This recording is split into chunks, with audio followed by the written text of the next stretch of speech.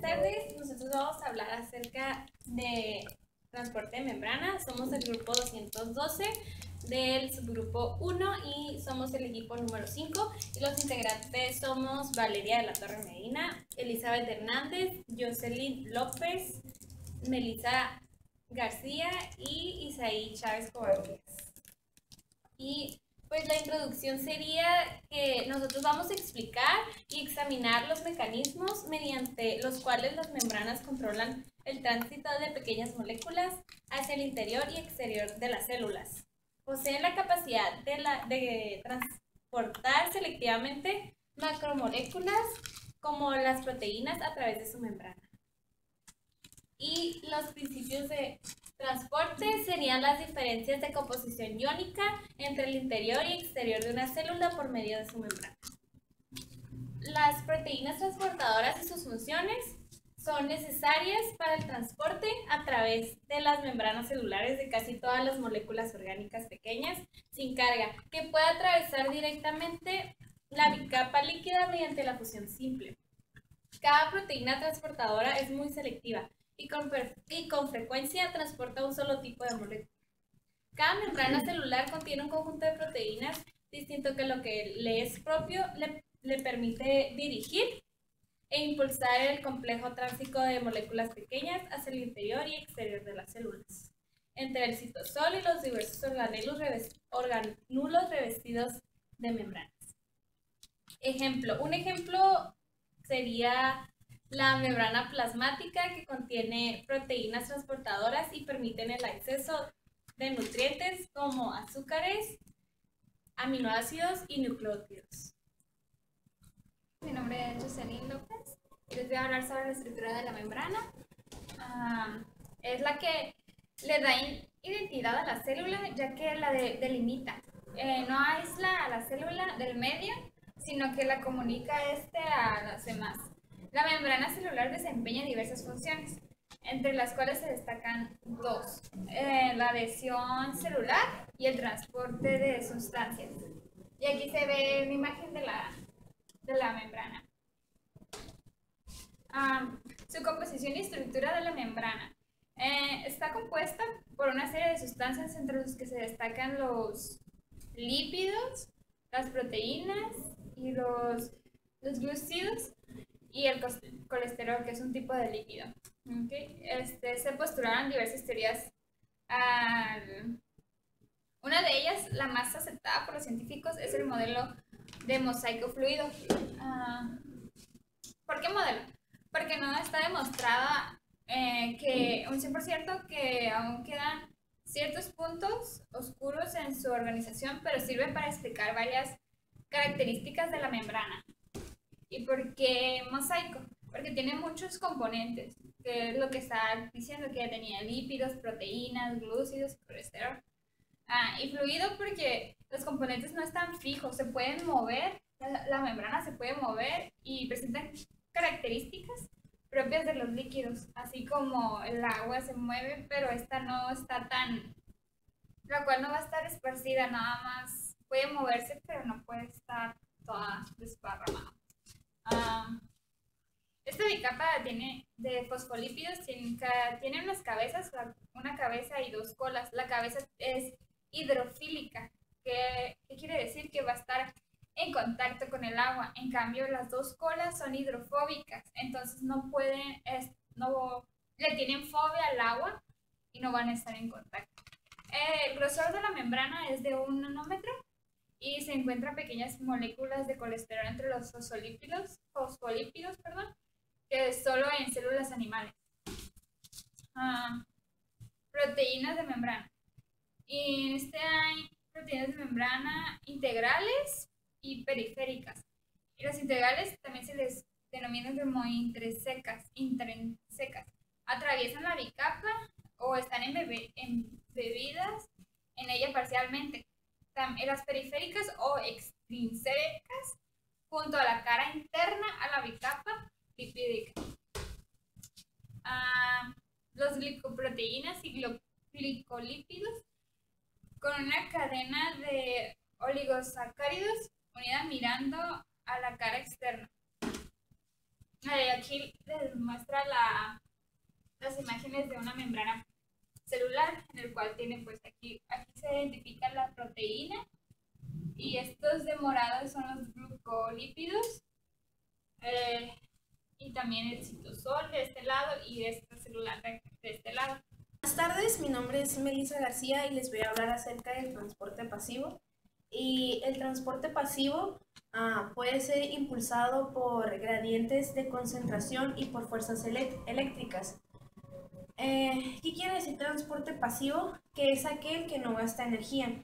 La sustancia se mueve a través de una zona mayor de concentración hacia una donde tiene menos concentración o menos cantidad, es decir, a través de una gradiente de concentración.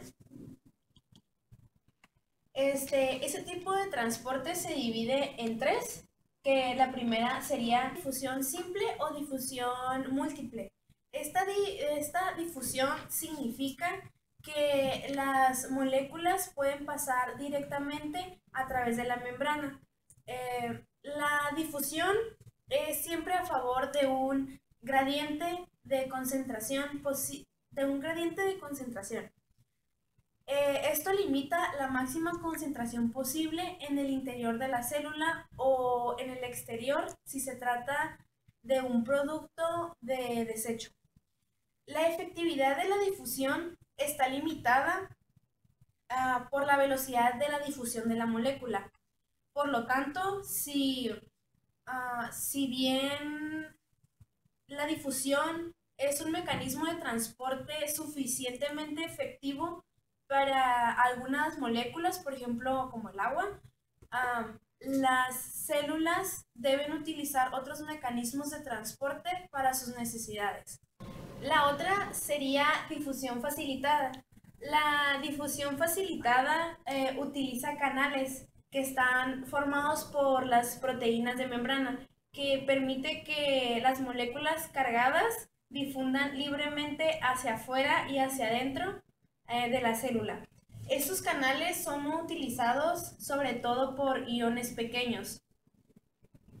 La velocidad del transporte facilitado está limitado por el número de canales disponibles, mientras que la velocidad de difusión depende solo del gradiente de concentración. Por último, sería la ósmosis. La ósmosis se define como una difusión pasiva, caracterizada por el paso de agua disolvente a través de la membrana semipermeable, desde la solución diluida desde la solución más diluida a la más concentrada. Y entendemos entonces por presión osmótica aquella que sería necesaria para entender el flujo de agua a través de la membrana semipermeable. Al considerar como semipermeable a la membrana plasmática, las células de los organismos pluricelulares deben permanecer en equilibrio osmótico con los líquidos extracelulares, aumentan su concentración de solutos, serían hipertrófica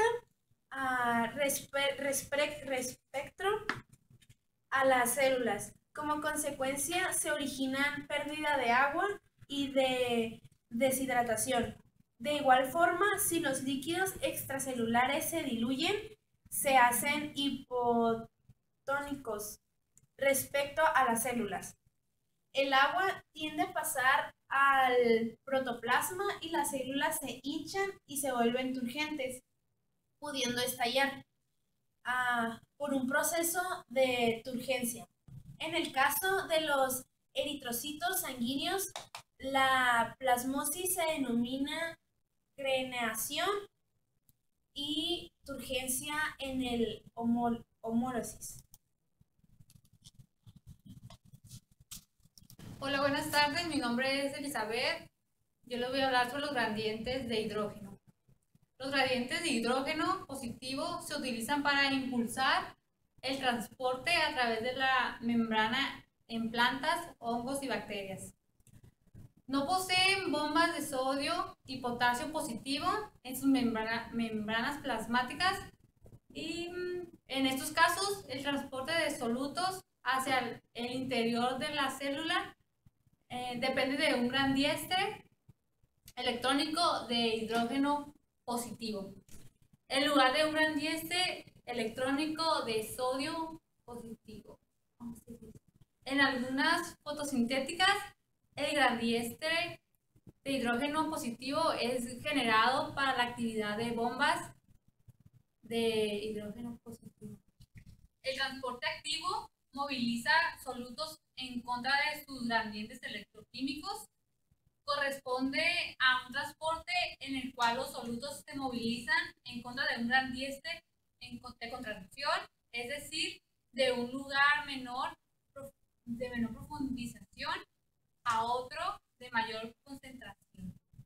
Casi siempre se trata de una sustancia polares con carga. El transporte se realiza con carriers, pero a diferencia de los anteriores, se necesita carga A.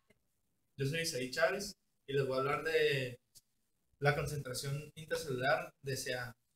El pasaje de Ca2 positivo a través de las membranas celulares reviste un importante fundamental, ya que posee la capacidad de unirse firmemente a muchas de otras moléculas y alterar los niveles de actividad.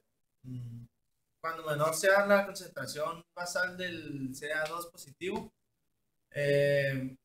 libre con el citosol mayor, será la sensibilidad de la célula